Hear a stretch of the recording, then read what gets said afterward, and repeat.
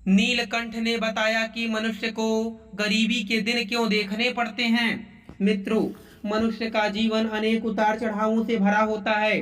कभी सुख की बहारें होती हैं तो कभी दुख की ठंडी छांव।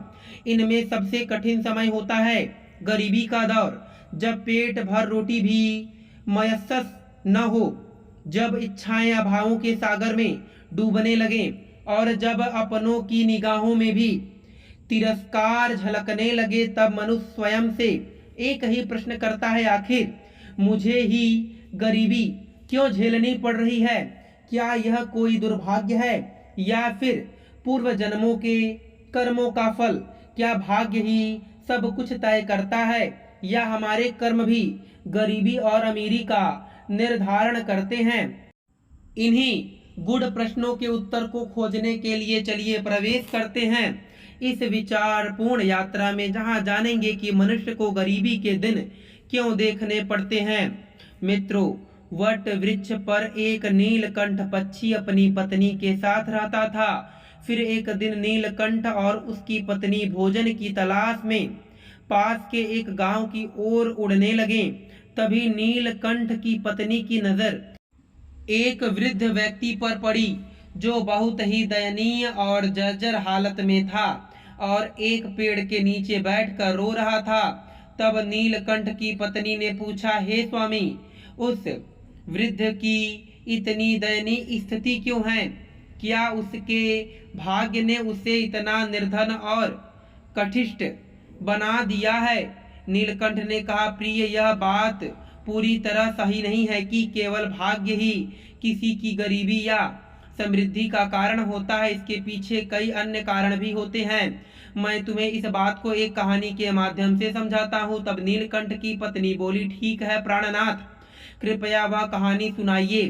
फिर नीलकंठ ने कहानी शुरू की। हे प्रिय, यह बात प्राचीन काल की है। मनोहरपुर नामक एक नगर था, जहाँ एक परोपकारी और विनम्र स्वभाव वाला व्यापारी रहता था। उसके दो बेटे थे, जो अपने पिता की तरह ईमानदार और दयालु थे। व्यापारी अपने दोनों बेटों के साथ सुख शांति से जीवन व्यतीत कर रहा था। उसने दोनों बेटों का विवाह भी बड़े धूमधाम से कर दिया था। उसकी दोनों बहुएं समर्पित और मेहनती थीं, जो घर के सारे काम मिलजुल कर करती थी। जब उसकी छोटी बहू घर आई तो ऐसा लगा जैसे घर में स्वयं माता लक्ष्मी का वास हो गया हो। उसके आने के बाद व्यापारी के व्यापार में दुगनी वृद्धि होने लगी। घर में कभी धन या अन्न की कमी नहीं होती थी, जिससे व्यापारी का व्यापार दिन प्रतिदिन प्रगति कर रहा था। एक दिन व्यापारी ने अपने दोनों बेटों और बहुओं को बुलाकर कहा, पुत्रों, अब मेरे लिए व्यापार संभालना कठिन हो गया है, इसलिए मैं यह जिम्मेदारी तुम्हें सौंपता हूँ। पिता की बात सुनकर दोनों पुत्रों ने बड़े मनोयोग से व्यापार की भाग दौड़ संभाल ली। यह देखकर व्यापारी संतुष्ट था कि उसका परिवार प्रेम और सद्भाव से रहता है। लेकिन नगर के अन्य लोग व्यापारी की सुखमय और समृद्ध जीवन को देखकर जलन करने लगे। वे सोचने लगे कि कैसे किसी तरह इस परिवार की खुशहाली को बिगाड़ दिया जाए। जैसे तालाब की बड़ी मछली छोटी मछलियों को निगलने की कोशिश करती है, वैसे ही मनुष्य अपनी सफलता से उतना प्रसन्न नहीं होता जितना दूसरों की तरक्की देखकर वह बेचैन होता है। एक विद्वान ने ठीक ही कहा है कि मनुष्य अपने दुखों से उतना परेशान नहीं होता जितना कि वह दूसरों के सुख से व्यतीत होता है।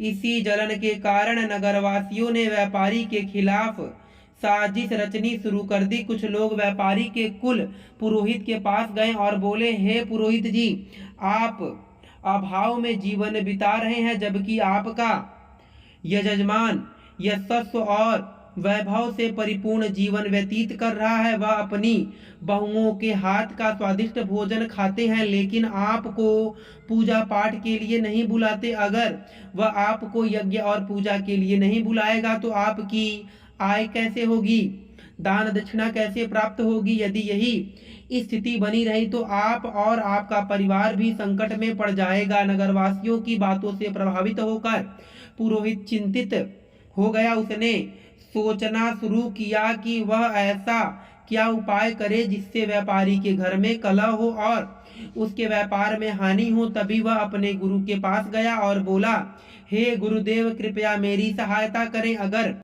आप मेरी मदद नहीं करेंगे तो मेरा परिवार भूखा मर जाएगा। मछली की तरह हम भी अपने यजमान पर निर्भर हैं। यदि यजमान सुखी नहीं रहेगा और हमें पूजा पाठ के लिए नहीं बुलाएगा तो हमारा गुजारा कैसे चलेगा।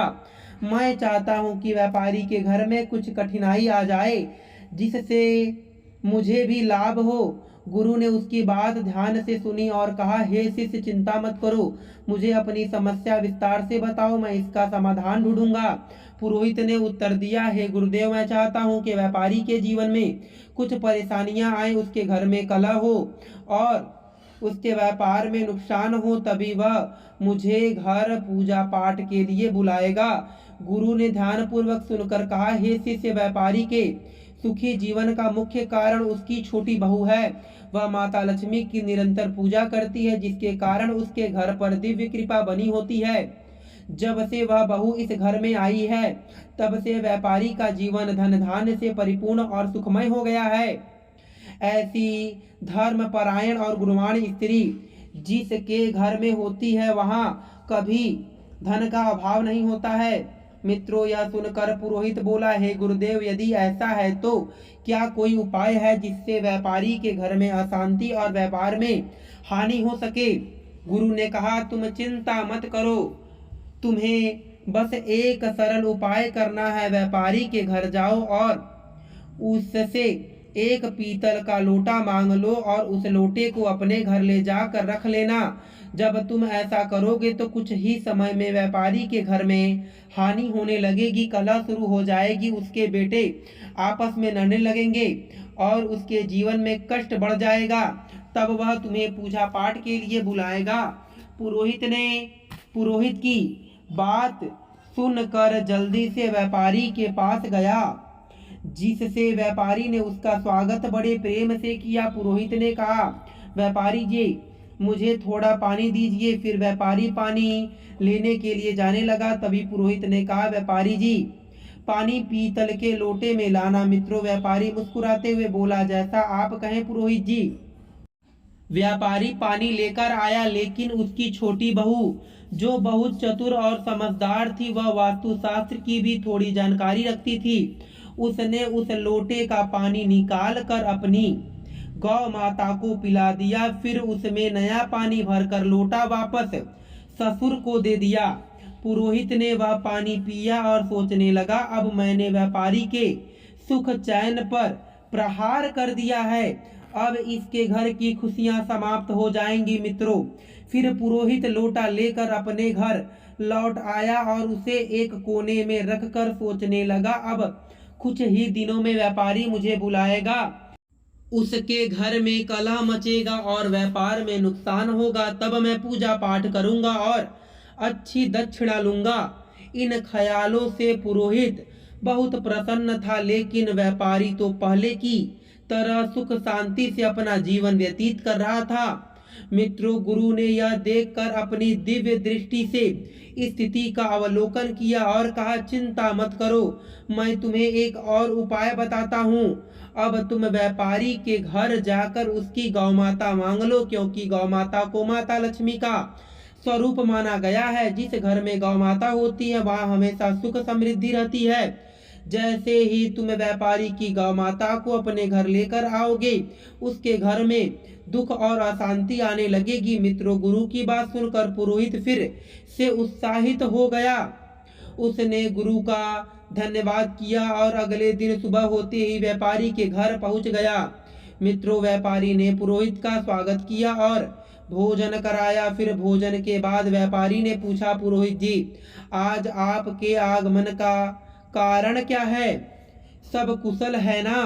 पुरोहित ने दुख भरे स्वर में कहा, व्यापारी जी, मेरे घर की गौ माता ने दूध देना बंद कर दिया है और मेरे छोटे बच्चों को दूध की बहुत जरूरत है। उसकी उम्र ऐसी है कि बिना दूध की वह जीवित नहीं रह सकता, इसलिए मैं आपसे मदद मांगने आया हूँ। अगर आप मुझे अपनी गौ माता दे दे तो यह आपका बहुत ही बड़ा उपकार होगा। मित्रों, पुरोहित की करुणा सुनकर व्यापारी सोचने लगा, यह हमारे कुल पुरोहित हैं, उनकी मदद करना पुण्य का कार्य होगा। जो उसने सहर्ष कहा, पुरोहित जी आप चिंता न करें, मैं आपको गौ माता दे देता हूँ।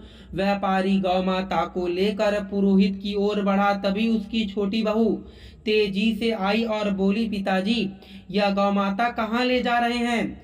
व्यापारी ने कहा, हमारे कुल पुरोहित आए हैं, उनकी गौ माता ने दूध देना बंद कर दिया है, इसलिए मैं उनकी मदद के लिए अपनी गौ माता दे रहा हूँ। छोटी बहू ने समझदारी से कहा, पिताजी कृपया थोड़ी देर रुकिए, मैं अभी आती हूँ।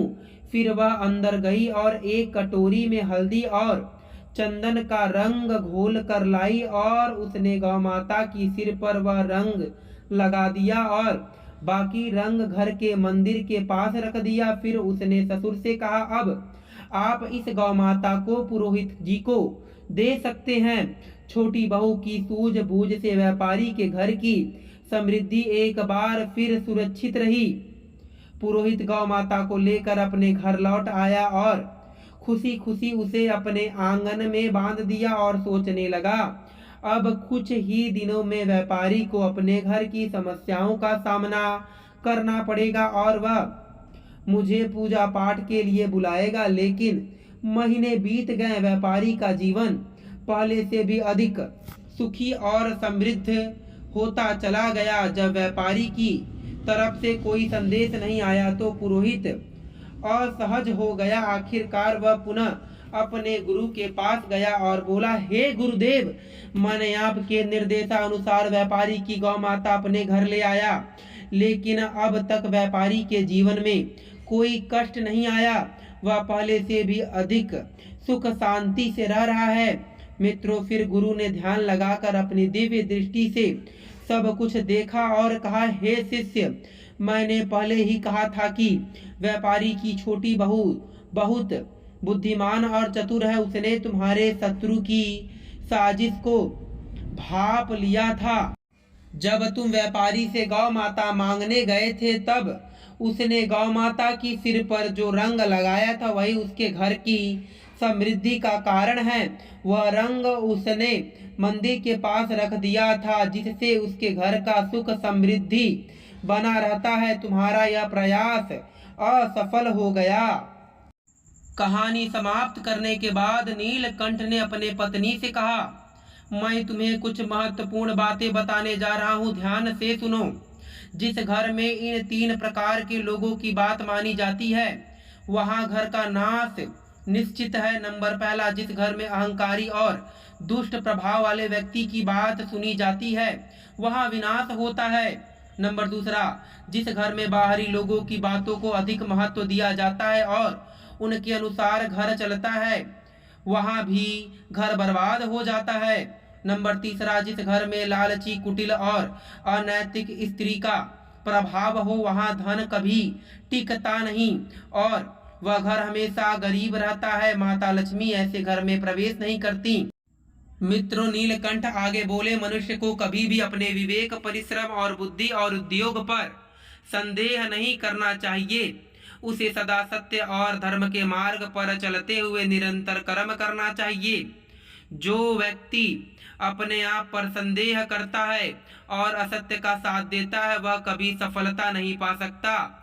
गरीबी और अमीरी जीवन की 2 धुरी है। जो मनुष्य निरंतर प्रयास करता है और अपने कर्मों पर विश्वास रखता है वह निश्चित रूप से गरीबी के दलदल से बाहर निकल जाता है।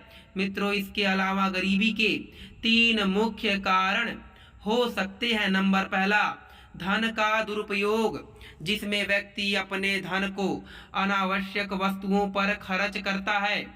नंबर दूसरा, अत्यधिक आलस्य, जिससे व्यक्ति अपने कार्यों में असफल होता है। नंबर तीसरा, गलत संगति और व्यवहार। मित्रों, इस कहानी से स्पष्ट होता है कि केवल भाग्य नहीं बल्कि हमारे कर्म, संगति और व्यवहार भी हमारी गरीबी और अमीरी को प्रभावित करते हैं। दोस्तों मैं उम्मीद करता हूँ कि आपको यह कहानी पसंद आई होगी। फिर मिलेंगे आपसे अगले कहानी में। आप सभी का धन्यवाद।